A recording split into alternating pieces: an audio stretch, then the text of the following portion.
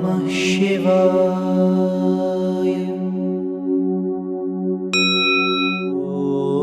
Om Namah Shivaya. Our own emotions bind us. We get attached to people and we feel that they have to behave the way we want them to behave. Then we feel good, we feel loved, we feel respected. If they don't behave the way we want them to, or they do contrary to something that we tell them to, we take it personally, we feel hurt. So that is attachment bondage in relationships. If you look at the life of Lord Shiva, his relationship with Mother Parvati, with Gangaji, with Lord Ganesha, with Kartikeya, everyone has the freedom to do what they like. Lord Shiva does not insist that you have to do what I am telling you only. Otherwise, I will get angry. No, each one has their freedom to do what they like. They have enough love between themselves and they give enough space to each other also. The famous story where there is a fruit, the fruit of knowledge, and there's a competition for it, that whoever goes around the world first will get that fruit. And Kartikeya sets off on his peacock, and Lord Ganesha thinks, and he says, the whole world is actually parents of my father and mother. So if I go around them, I have gone around the whole world. So he goes around them and he obtains the fruit. But when Kartikeya comes back, he is very upset that how come he got the fruit when I went around the whole world and did so much of hard work. And he gets upset and he goes away to South India. Lord Shiva and Mother Parvati go there to pacify him, to convince him, to tell him to come back. But he doesn't want to come back. So Lord Shiva and Mother Parvati give him that space and he continues to be there in South India. So there is love and there is space. There is no insistence, there is no force, there is no rigidity. So in relationships, we must have this beautiful balance. Otherwise, relationships become a bondage where each one is trying to control the other, dominate over the other, make them change like how we want them to be. Lord Shiva frees us from all these. When we think about how these relationships are, we are bound by emotional insistence in relationships. So we are bound by the result of the result, we are bound by the result, we are bound by the insistence on certain ways of karma, we are bound by our own selfish karmas. We are also bound by our own negative thoughts. And are we not seeing today so many people suffering from depression, anxiety, stress, worries, tension, suicidal tendencies? Lord Shiva is the one who is auspicious, who encourages us to cultivate auspicious thoughts. Tanme mana Shiva sankalpamastu. The more we think of the divine, the more auspicious our mind becomes, more positive our mind becomes. We are bound by our own desires. So many desires become so compulsive that we know that these are harmful, but we still can't resist them. We have to engage. Those desires are a bondage. Vedanta does not say don't have any desires at all. In the Gita, Bhagavan says, Dharma viruddho bhuteshu kamosmi bharatarshabha. Oh Arjun, I am those desires that are not opposed to dharma. We can enjoy the desires, but in a dharmic way.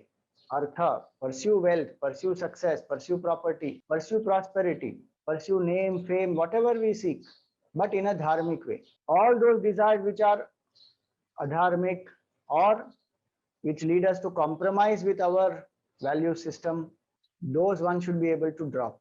Why are we not able to drop them? Because they are rajasic desires and we have got attached to those. So it may be some substance abuse, it may be some drugs, it may be cigarette, it may be alcohol, it may be gambling, it may be certain addictions to technology, to phone, to browsing, to binge watching. There could be many and deeper attachments to certain prohibited pleasures, to certain prohibited ways of earning money, to corruption, etc. All these are the compulsive desires where we know it is wrong, where we know it will lead us to harm, but we still don't have the strength to resist and drop these desires. Lord Shiva is the one who helps us to drop these desires by inculcating detachment in us, by inculcating love for the higher. Compulsive desires we can drop when we really love something higher. Swami Chindanand used to say, attached to the higher and detached from the lower. If we have a noble purpose, if we have an inspiring goal, if we have something worthwhile to do, our entire energy can be channelized beautifully towards that goal. And whatever takes us away from that goal, we learn to drop. So, living the higher way of life, Lord Shiva teaches us to live the higher way of life through his own example. Also, Lord brings us various inspiring people, brings satsang in our life, brings spirituality into our life, and helps us to attain self mastery, helps us to drop adharma, live a more dharmic life. The compassion of the Lord it is that all these things the Lord does out of his uncaused compassion and love for us. Our karmas may not deserve, but his grace is such that it overrides all our karma. Desire, Desire. If we rearrange these alphabets, we can rearrange these alphabets in two ways: reside or die, rise. Either we can allow these desires to reside in us and destroy us, or we can die to these desires and rise high in life. Or we rise higher and higher in life so that these automatically die by themselves. And is it not true that when we have an important exam or some important project, then we don't sit and binge watch. We let it go. Though there may be a desire, but we drop it because there is something important that requires my attention, my energy, resources, etc. Same way, an important goal when we have, we will learn to rise above the adharmic desires. Lord Shiva is the one who helps us to drop all these adharmic desires. He is the very embodiment of Vairagya. Lord Shiva is the one who helps us to drop all these adharmic desires. The Lord's Leela of opening the third eye is not to burn the world, it is to burn this worldliness, it is to burn these adharmic tendencies in us. When this eye of inspiration opens, when the eye of intuition opens, then we learn to drop all this automatically. Lord Shiva also helps us to rise above dharmic desires.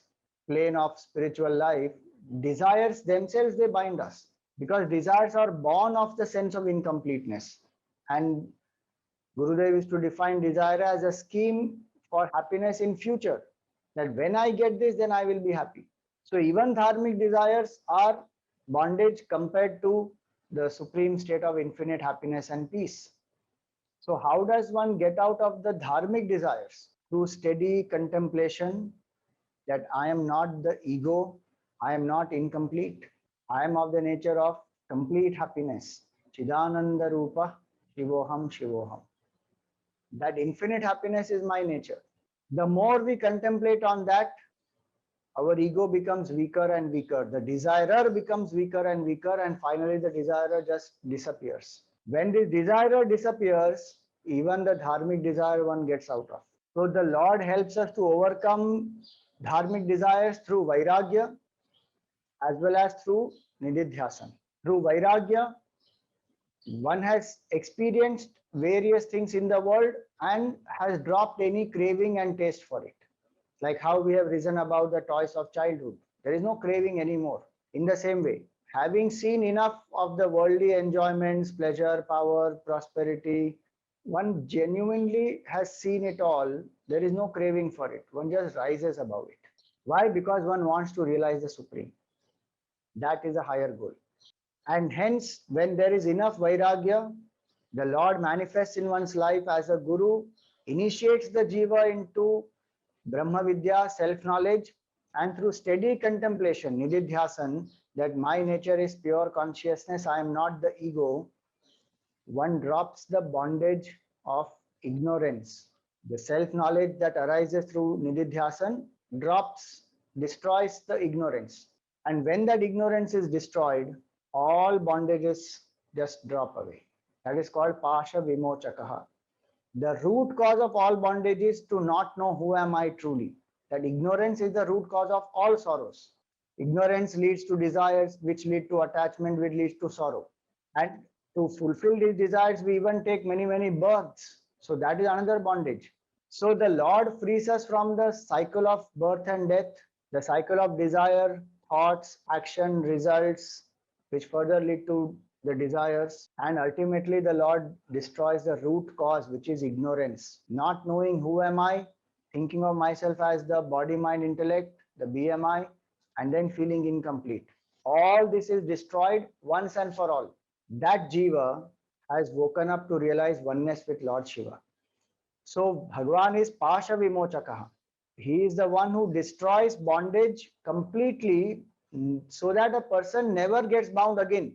Sometimes we may be freed from certain thing, but again we get back into that. That's why one person said, it's very easy to quit smoking. I have already done it 100 times. So we may become free of some limitation, some negativity, some bondage, but again we fall back into it. Here is Lord Shiva who helps us to be free from bondage, never to fall back into it. Vimochakaha. Mochaka means to liberate. Vimochaka means to liberate once and for all completely from all types of bondage. Hence, we pray to the Lord that, oh Lord, please help us to be free from bondage once and for all and experience that state of absolute happiness, who is Shiva.